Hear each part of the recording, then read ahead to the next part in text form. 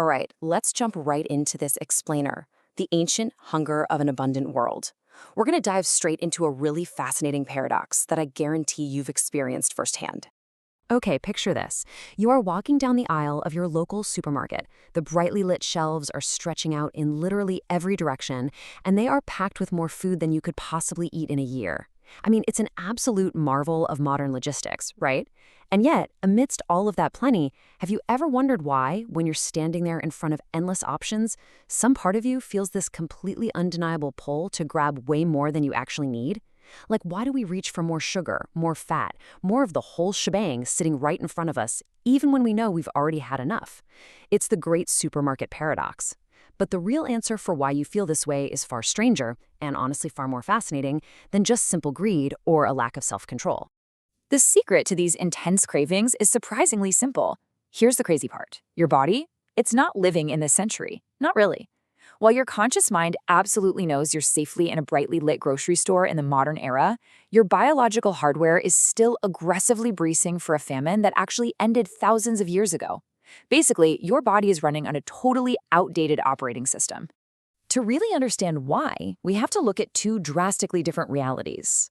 Think about the ancestral world for a second. This is the harsh world your ancestors actually had to survive in. Food was never, ever guaranteed. A bountiful harvest could easily be followed by a brutal season of absolutely nothing. A successful hunt could be followed by weeks of grinding hunger.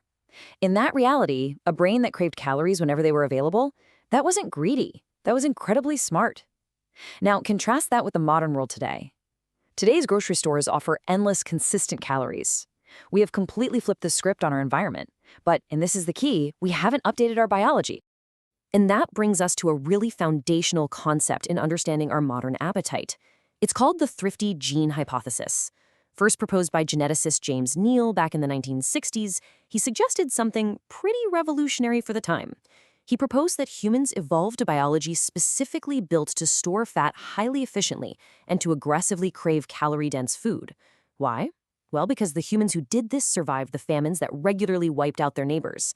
Craving calories whenever they popped up wasn't some kind of character flaw. It was a genius, life-saving survival trait. The whole thing is wrapped up perfectly in this mindset. Feast when you can, store what you can. You never know when the next famine begins. That was literally the golden rule of survival for nearly all of human history. But here is the catch to all of this. Your biology, it never got the memo that the famine actually ended. Your body is just constantly running this background calculation, preparing for a scarcity that for most of us is simply never coming. Neuroscientist Stephan Gannett breaks this down so brilliantly.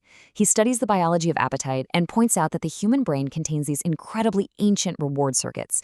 And the thing is, these circuits aren't just looking for generic food, they are highly tuned to detect and crave very specific, calorie-dense combinations, especially sugar and fat together, which is often amplified by salt. Let's walk through exactly how these combinations, which were incredibly rare in nature, trained our ancient brains. Step 1. Your ancestor encounters a rare, calorie-dense food. Out in the wild, this might be a super ripe, sugary fruit or maybe animal fat after a very rare, successful hunt. Step 2. Because these combinations were so incredibly vital for survival, eating them triggered an enormous reward signal in the brain. Step 3.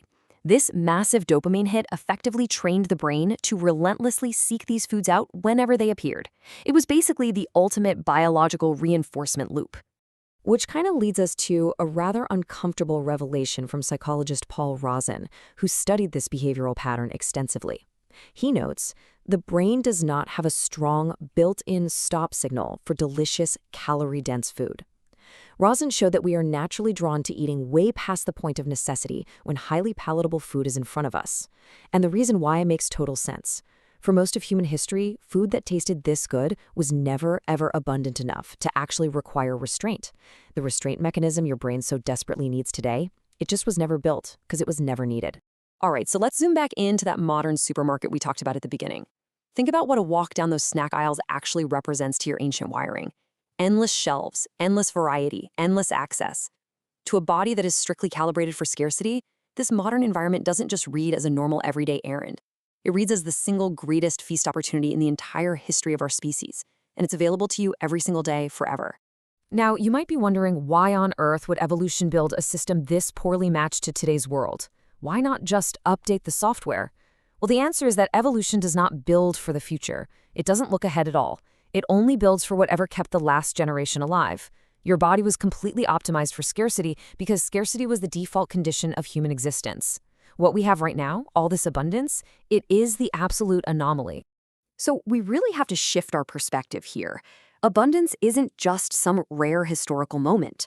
From a purely biological standpoint, abundance is an outright glitch. It is a massive glitch in a programming system that was entirely meticulously optimized for a world where you literally never knew where your next meal was coming from. And that brings us to the grand unifying theory of this whole explainer: evolutionary mismatch. This is the term scientists use for the gap between our ancient biological wiring and our modern environment. The wiring is ancient, the environment is not. And the gap between those two things produces cravings that feel deeply, deeply irrational to us today. But they only feel irrational until you understand exactly where they came from. Now, of course, we absolutely can't ignore the catalyst in all of this. Modern food companies did not create these cravings out of thin air. That is a super crucial distinction. They discovered them. They found that ancient reward circuit already sitting right there inside your brain, tuned by hundreds of thousands of years of real, grinding scarcity. Then they just engineered cheap products specifically designed to trigger that exact alarm system as intensely and as often as possible. They figured out how to deliver that ancient signal, sugar, fat, and salt, 20 times a day on literally every shelf. This realization totally changes the game on how we view our own habits. When you eat past comfortable fullness, what you usually feel is guilt. You feel like it's a failure of willpower. You think, man, I'm just undisciplined. But look at what is actually happening behind the scenes. This is an evolutionary mismatch. This is your ancient survival alarm system being perfectly systematically exploited by modern food engineering. Your body literally has no internal system that recognizes constant abundance as safe. So the next time you're standing in a supermarket aisle and some part of you just wants way more than you need, I really want you to remember this. You are not weak. You are ancient. You are reacting exactly the way you were brilliantly built to react.